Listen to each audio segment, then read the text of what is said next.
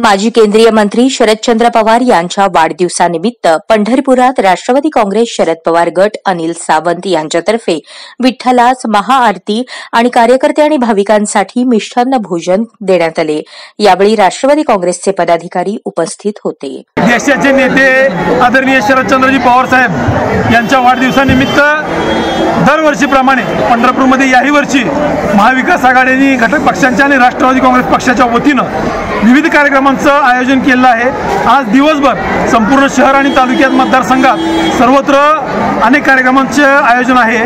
त्यामध्ये ज्येष्ठ नागरिकांचा सन्मान असेल, विद्यार्थ्यांचा सन्मान असेल आणि विशेष कामगिरी करणारे विविध क्षेत्रातले काही पदाधिकारी असतील, मान्यवर असतील, त्याच पद्धतीनं ज्येष्ठांना मिष्टान्न भोजन आणि आज आपल्या संबंध महाराष्ट्रातून येणारा वारकरी बांधव जो आहे, जो भाविक आहे, जो विठ्ठलाला नतमस्तक होण्यासाठी येतो, त्या भाविकांना आज सकाळी फलाहार वाटप करून आज या कार्यक्रमांची सुरुवात झालेली आहे।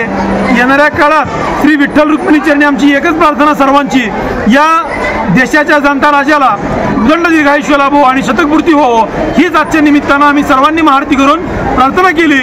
साहेबांना आपल्या माध्यमातून परत एकदा दीर्घायुष्याच्या आणि अनंत आयुष्याच्या शुभेच्छा देतो।